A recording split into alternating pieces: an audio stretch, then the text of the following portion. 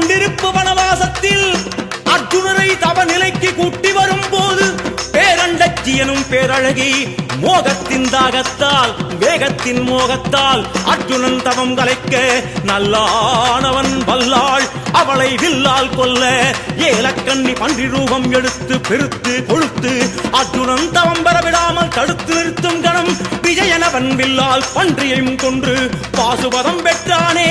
இது தாதமுனிவன் சொல்லி வந்த வனவாசம்.